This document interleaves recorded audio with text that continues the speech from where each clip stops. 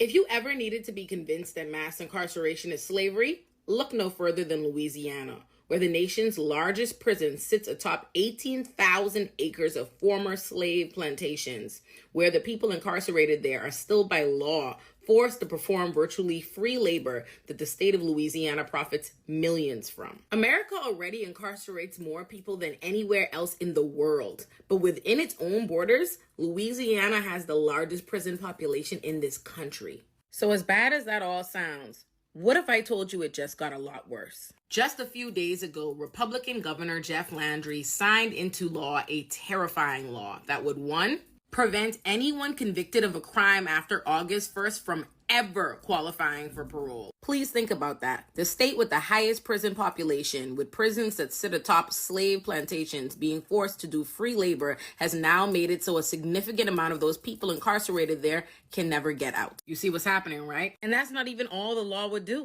2, it would also allow people to be executed using nitrogen gas, which not only indicates that Louisiana plans to end its 14-year hiatus on executions, but that it plans to do it as inhumanely as possible. In January, Alabama became the first state to try out nitrogen gas as their form of execution for people sentenced to the death penalty.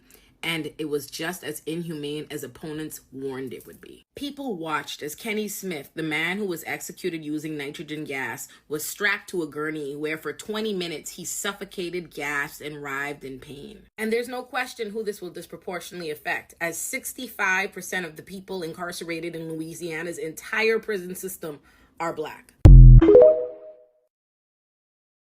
Hey, do y'all see what law just passed in Louisiana?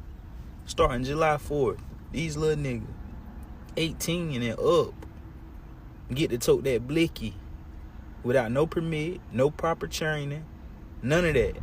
Get to have it on them. And you know what this is? A setup for the Black community, man. They stay setting us up. Back when they dropped that pike off in the 80s in the community. Now they setting you up with these guns, with this firepower. This firepower ain't gonna do nothing but increase the deaths of Black young men in the hood. Also gonna get the police an excuse to kill more Black men because they got the blicky on them. Oh, he had a gun on him. I thought he was pulling it. Oh, Lord. And it's gonna also make them some of the most money they ever made because the prisons are gonna fill up to the top. They're gonna have to start making mega mention prisons to house all these niggas. That shit crazy as hell, man. It's wicked out here. Why in the hell you gonna give a young nigga 18 years old a blicky with no proper training, instructions, no permit? Make it make sense. These niggas already toting blickies at 15, 16, 17. And when they hear that news, they get a whole one and get stopped by the law and be good? Oh man, that's crazy as hell. Let me know what y'all think about this, man. Follow for more. We go.